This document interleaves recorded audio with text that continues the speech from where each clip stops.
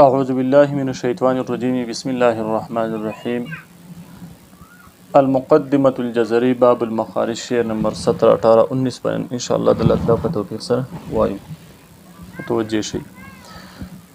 بسم الله الرحمن الرحيم منه ومن فوق الثنايا السفلى والضاء والذال وثال العليا من طرفيهما ومن بطن الشفة فالفاء مع طراف الثنايا المشرفة للشفتين الواو باء ميم وغنة مخرجها الخيشوم.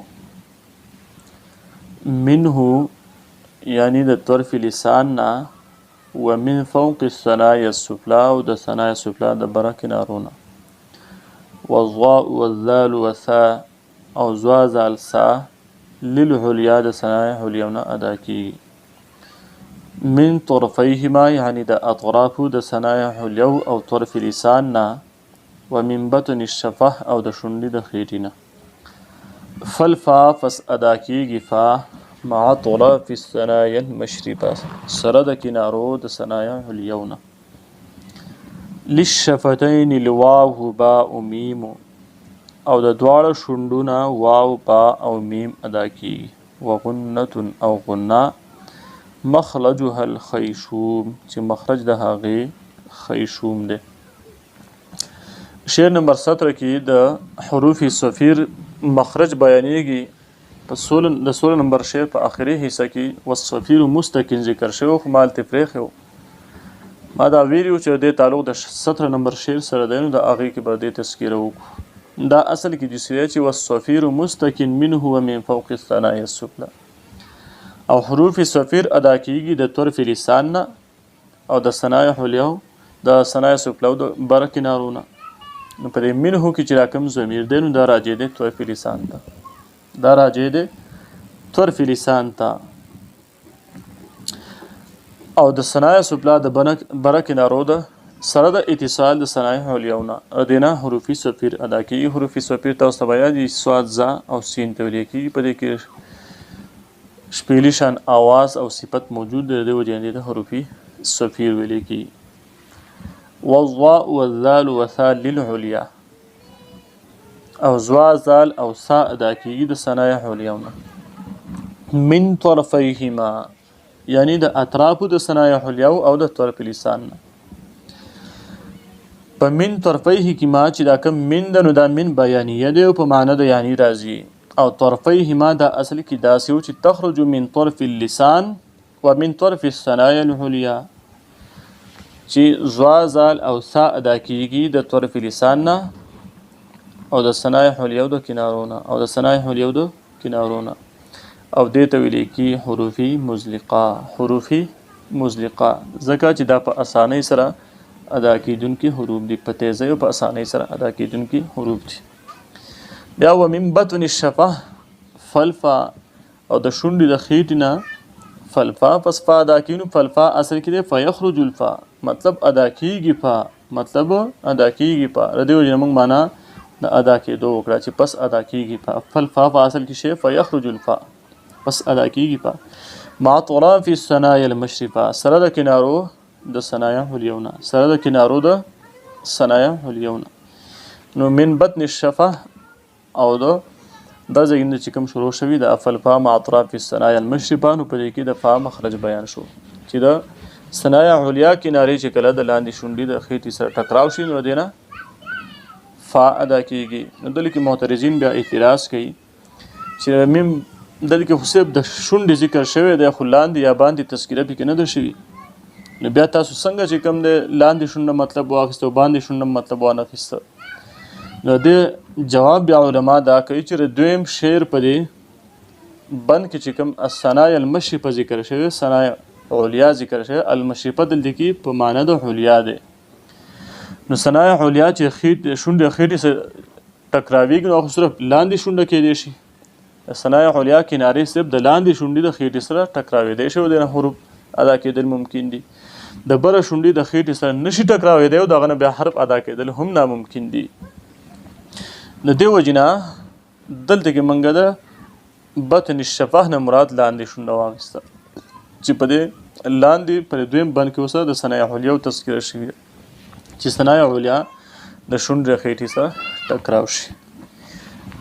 بیا پر شعر نمبر 19 کې تاسو ګورئ چې للشفتین لواو با میم او د دواړو شونډو نه واو با او میم ادا کېږي. نو دلته کې بیا معترضین اعتراض کوي چې دلته کې دا واو ولې مخکې ذکر کړی، په با او میم کې اطباق شفتین کېږي، مطلب دواړو شونډې پیوس کېږي او په واو کې نه پیوس کېږي. نو پکار ده چې دا با او میم مخکې ذکر کړي وي.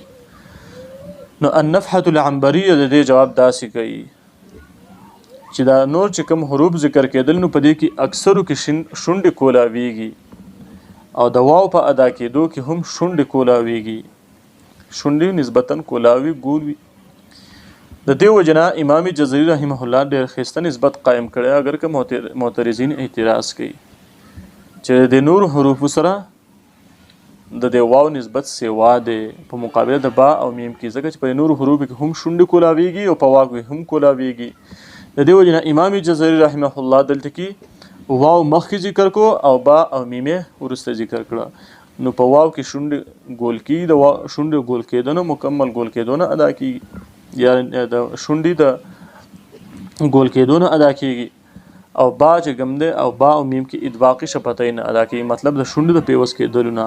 په با کې فرق دار چې د شونډې لمدې حصې د یو بل سره پیوس کېږي، په میم کې د شونډې وچې حصې د یو بل سره پیوس کېږي. او د حروفو ته حروف شفویه وایي، فا با میم او واو ته حروف شفویه. شف شونډې ته وایي، د شونډو سره د تعلق د شونډو نه ادا کېږي، په دې نسبت دې ته حروف شفویه یا شفاهیه ویل کېږي. وغنة مخرجها الخیشوم او غنه چې مخرج د هغې څه شی دی؟ خیشوم دی. نو دلته کې غنه د پوزې اواز ته وایي، د غنې مخرج د پوزې دا جړ دی خیشوم.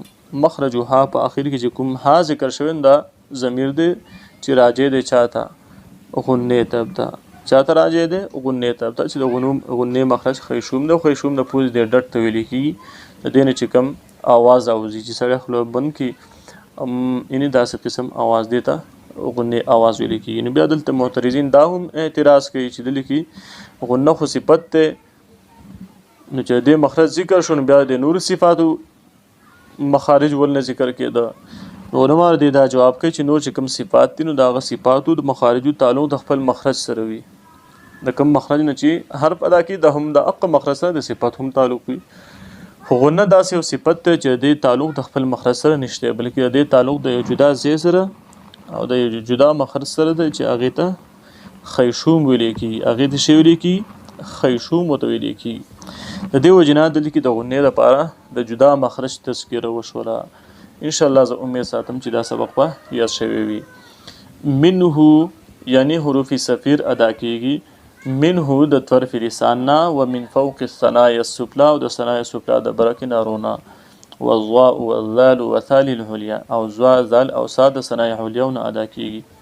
من طرفیهما یعنی د اطرافو د ثنایا علیاونه او د طرف لسان نه، و من بطن الشفه او د شونډې د خېټې نه. فالفا فس ادا کېږي فا مع طرف الثنایا المشرفه سره د کنارو د ثنایا علیاونه. للشفتین لواو باء میم او د دواړو شونډو نه واو با او میم ادا کېږي. وغنة مخرجها الخیشوم، مخرجها الخیشوم او غنه چې مخرج د هغې خیشوم دی. وآخر دعوانا ان الحمد لله رب العالمين.